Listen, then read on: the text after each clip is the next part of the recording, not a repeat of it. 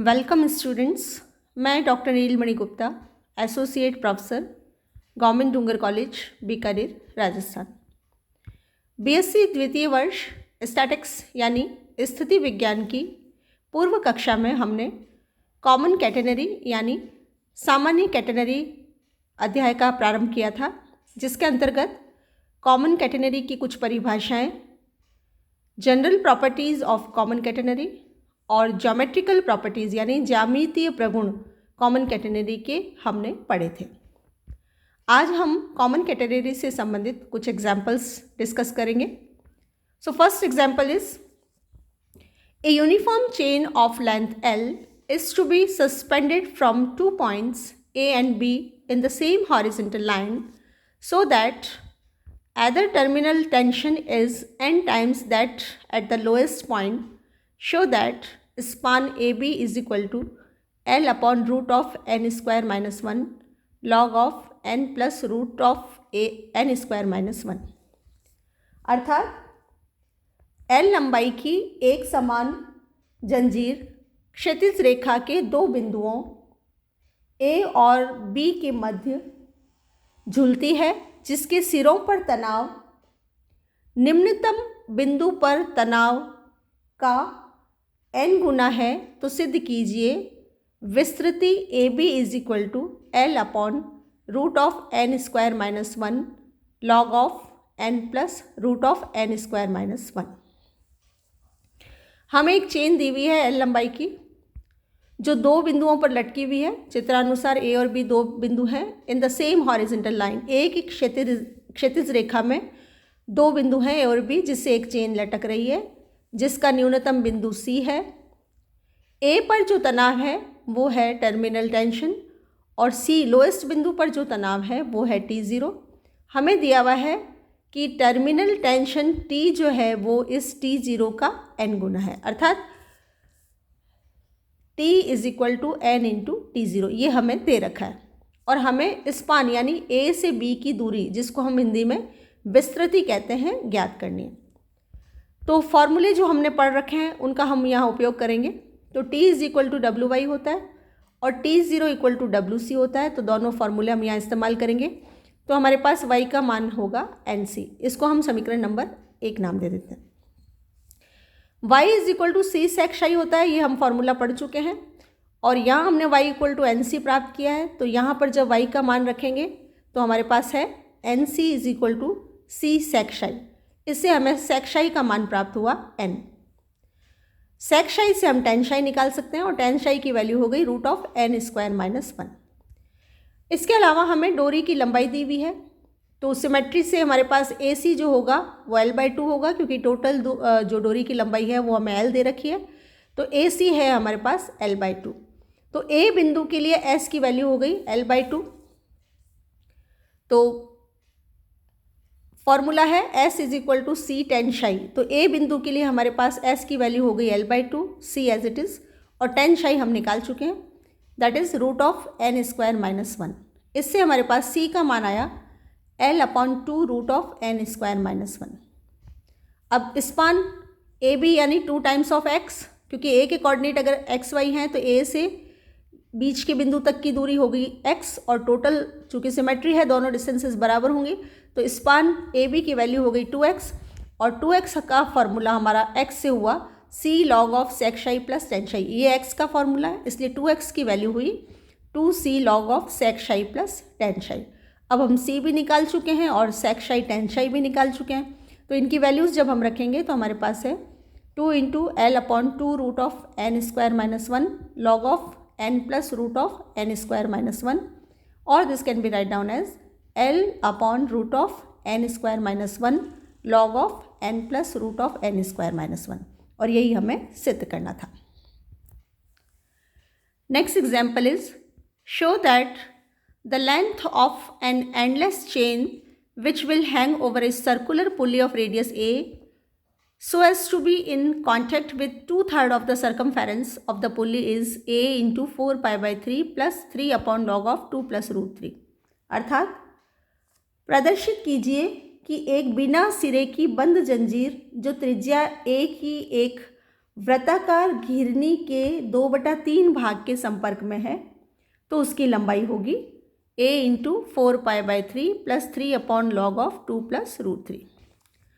अब प्रश्न में ये कहा गया है कि एक एंडलेस चेन है, बंद चेन है जिसका कोई सिरा नहीं है, गोल चेन है, वह एक उसका जो चेन का 2/3 पार्ट है वो एक सर्कुलर पुल्ली पर है। तो मान लेते हैं कि जो ARBPA ये तो है एक सर्कल पुल्ली कह दो, चाहे सर्कुलर पुल्ली कह दो, ARBPA ये एक सर्कुलर पुल्ली है, A रेडियस दी हुई है और सेंटर उसका हम O' मान लेते हैं। अब ARBCA ये एक एंडलेस चेन है जिसका 2/3 पार्ट तो सर्कल पर है ARB तक, 2/3 पार्ट इस चेन का यहाँ है और जो रिमेनिंग पार्ट है BCA वो इस कैटेनरी फॉर्म में लटका हुआ है। हमें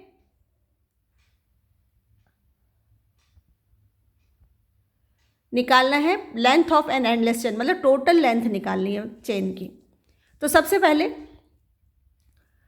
जो चेन का ARB पार्ट है, यानी जो पार्ट 2/3 है सर्कल का, वो तो सीधा निकल जाएगा। तो पहले ARB वो हो जाएगा 2/3 ऑफ सरकमफेरेंस, सरकमफेरेंस हो जाएगी 2πA। तो हमारे पास ARB चेन की लंबाई हो जाएगी 2/3 ऑफ सरकमफेरेंस मीन्स 2πA, इसका मतलब 4/3πA। इसको हम समीकरण नंबर 1 नाम दे देते हैं। अब ये जो एंगल है ये 2/3 ऑफ 360 है, तो ये जो रिमेनिंग एंगल है ये होगा 1/3 ऑफ 360, 1/3 ऑफ 360।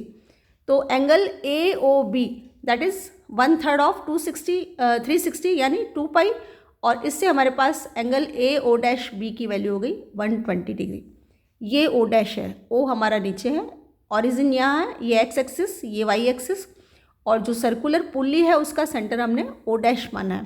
तो angle AO'B that is 1/3 of 360, तो 1/3 ऑफ 360 मीन्स 120 डिग्री।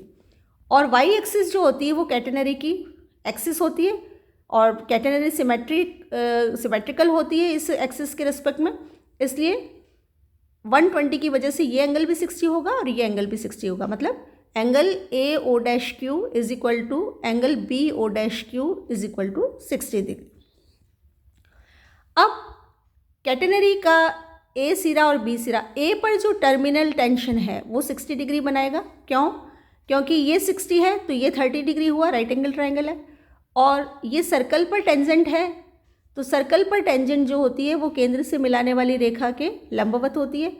तो ये 30 है तो फिर ये 60 हुआ, और बाय ऑल्टरनेट एंगल यानी एकांतर कोण से ये भी 60 हुआ। तो यहाँ पर हमारे पास शाई जो हो गया एंगल वो 60 डिग्री हो गया। मतलब tangent at A makes angle 60, that is psi is equal to 60 degree with x axis. Now distance QA निकालनी है, तो हमारे पास ये एक राइट एंगल ट्रायंगल है, तो QA अब यहाँ 60 डिग्री है तो ये OQ जो हुआ बेस हुआ, QA परपेंडिकुलर हुआ और O' हाइपोटेनियस हुआ, कर्ण हुआ। तो QA की वैल्यू हो गई A sin 60 यानी A√3/2। इसको हम समीकरण नंबर 2 मान लेते हैं। अब जो QA है अगर हम कैटेनरी के हिसाब से चलें तो QA हो गया x, और x का फॉर्मूला है C log of sec psi plus tan psi। तो x is equal to QA is equal to A√3/2, ये समीकरण नंबर 2 से, और right side C log of psi की वैल्यू हमारे पास 60 डिग्री है, रखते हैं sec 60 प्लस tan 60, और इसको जब हम वैल्यूज़ रखेंगे तो हमारे पास है A√3/2 is equal to C log of 2 plus √3। इससे हमारे पास C की वैल्यू आ जाएगी, and C is equal to A√3/2 log of 2 plus √3। अब हमें चेन की वैल्यू निकालनी है, तो CA यानी S, A बिंदु के लिए आर्क लेंथ AC या CA S का फॉर्मूला है C tan psi, और चूंकि हमें A से B पूरी डोरी की लंबाई चाहिए तो हम इसको ट्वाइस कर देते हैं। तो length of catenary ACB that is twice AC that is 2S is equal to 2C tan psi। C और psi दोनों की वैल्यू रख देते हैं, तो 2 एज इट इज़, सी की वैल्यू है a√3/2 log of 2 + √3 और tan psi की वैल्यू है √3। कैलकुलेशन के बाद हमारे पास बचता है 3a/log of 2 + √3। तो total length of chain that is ARB + ACB। समीकरण नंबर 1 से ARB की वैल्यू और समीकरण नंबर 4 से ACB की वैल्यू रख के हम जब सिंप्लीफाई करेंगे तो हमारे पास टोटल लेंथ ऑफ चेन आएगी a × 4π/3 + 3/log of 2 + √3। यही हमें सिद्ध करना था। Next example is a heavy uniform string 90 cm long hangs over 2 smooth pegs at different heights. The parts being hang vertically are of lengths 30 and 33 centimeters. Prove that the vertex of the catenary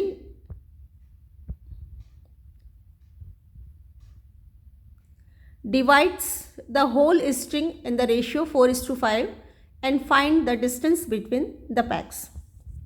Means एक 90 centimetre भारी एक समान रस्सी विभिन्न ऊंचाइयों की 2 चिकनी खूंटियों पर लटकती हैं। ऊर्ध्वाधर लटकने वाले भाग की लंबाइयाँ 30 सेंटीमीटर और 33 सेंटीमीटर है। सिद्ध कीजिए कि कैटेनरी का शीर्ष कुल रस्सी को 4:5 के अनुपात में विभाजित करता है तथा खूंटियों के मध्य की दूरी ज्ञात कीजिए।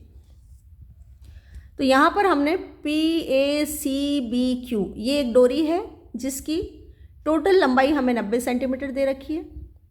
ये 2 खूंटियाँ हैं, पैक्स हैं जिन पर डोरी लटक रही है।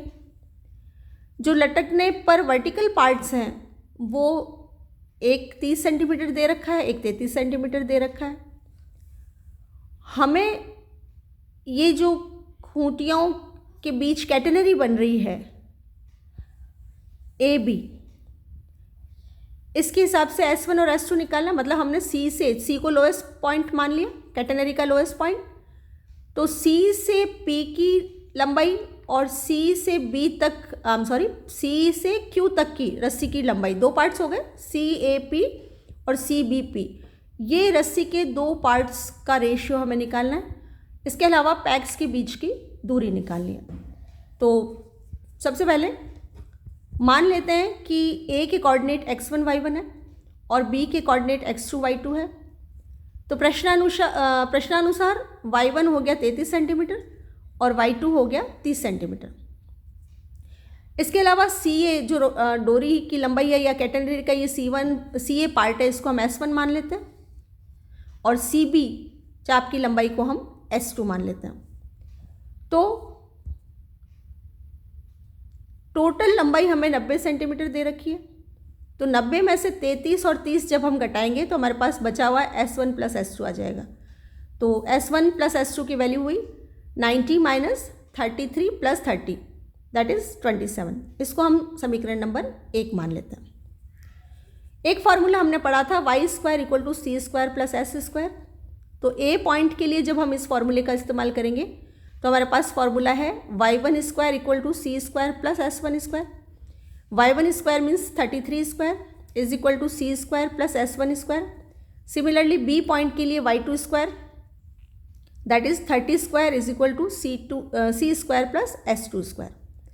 एक A बिंदु के लिए, एक B बिंदु के लिए। इन दोनों समीकरणों को जब हम घटाएंगे तो हमारे पास है 33² - 30² = s1² - s2²। यहाँ हम A² - B² का फॉर्मूला यूज़ करेंगे। तो लेफ्ट हैंड साइड में है 33 + 30 × 33 - 30 और राइट हैंड साइड में है S1 - S2 × S1 + S2।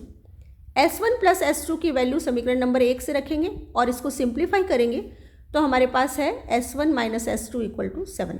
इसको हम समीकरण नंबर 2 मान लेते हैं। समीकरण नंबर 1 से S1 + S2 पता है और समीकरण नंबर 2 से S1 - S2 का मान हमें ज्ञात है। तो जब हम इन दोनों समीकरणों को सरल करेंगे तो हमारे पास S1 का मान आएगा 17 और S2 का मान आएगा 10। अब Q से C तक की दूरी के लिए हमें 30 + S2 करना है। तो QC की वैल्यू हो गई QB + BC means 30 + S2। S2 की value 10 means 30 + 10 that is 40। Similarly CP दूरी चाहिए तो CP that is CA + AP C A means S1, A P है हमारा 33, S1 की वैल्यू रखेंगे तो हमारे पास 17 + 33 that is 50. So required ratio will be QC/CP is equal to 40/50 और 4/5 और यही हमें सिद्ध करना था। अब इस रिजल्ट से हम वापस चलते हैं y² = c² + s² से, तो एक फार्मूला यूज़ कर लेते हैं y1² = c² + s1²। y1 है हमारा 33 और s1 है हमारा 17, तो जब हम इसकी कैलकुलेशन करेंगे तो हमारे पास c का मान आएगा 20√2। हमें दोनों पैक्स के बीच की डिस्टेंस पूछी है, तो हमें हॉरिजेंटल और वर्टिकल दोनों डिस्टेंसेस निकालनी है। अब हॉरिजेंटल डिस्टेंसेस के लिए हमारे पास है x1 = c cos hyperbolic inverse of y1/c। हमने यहाँ पर y1 = c cos hyperbolic x1/c का फॉर्मूला यूज़ किया है। चूँकि हमें y1 ज्ञात है, x1 निकालना है, इसलिए इस फॉर्मूले को हमने इस तरह लिखा है। अब यहाँ पर c की वैल्यू और y1 की वैल्यू जब हम रखेंगे तो हमारे पास x1 का मान आया 20√2 cos हाइपरबोलिक इन्वर्स ऑफ 33√2/40। इसी प्रकार बी बिंदु पर x2 = c cos hyperbolic inverse of y2/c। यहाँ फिर हम c और y2 की वैल्यू रखेंगे तो 20√2 cos हाइपरबोलिक इन्वर्स ऑफ 30/20√2 और x2 = cos हाइपरबोलिक इन्वर्स 3√2/4। सो हॉरिजेंटल डिस्टेंस बिटवीन पैक्स, घिरनियों के बीच की दूरी हो गई x1 + x2 means 20√2 × cos hyperbolic inverse 33√2/40 plus cos hyperbolic inverse 3√2/4। ये हो गई horizontal distance. Similarly vertical distance between PACS will be y1 - y2।